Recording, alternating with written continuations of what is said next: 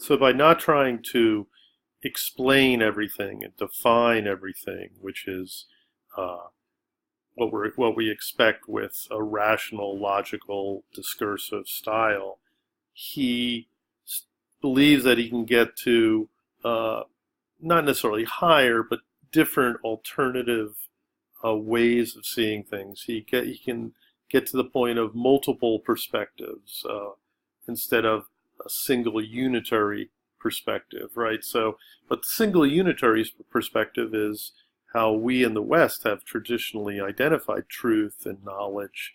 Uh, and so he's trying to get at something different. So he's writing in a different way, right, in this aphoristic style. So we start you off in book 3 in the middle of everything, but because of his style, it doesn't really matter, where you start off with Nietzsche. It's not like he's necessarily building an idea. So we start you off on book 3 and some of the smaller aphorisms, right? And then you'll go into book 4, and this is where the central text, or the primary text we're going to look at, the eternal recurrence of the same, is located at the end of it. And so as you read through this, right, the point of reading book 3 and book 4, even though we're going to be talking primarily about aphorism 341 at the end of the text, at the end of book 4, excuse me, is that this is giving you background.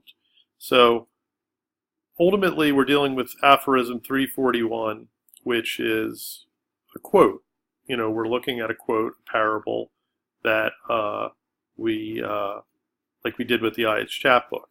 But in contrast to the I.H. chapbook, we're giving you more information to look at. So we're giving you some background. So 341, as we see it here, let's get to that. 341, as we see it here, right, is right here, right, the heaviest weight. So this has already been included in the I.H. chapbook, and some people have written about it. So now we're seeing it in its context. So the point of reading more information, right, is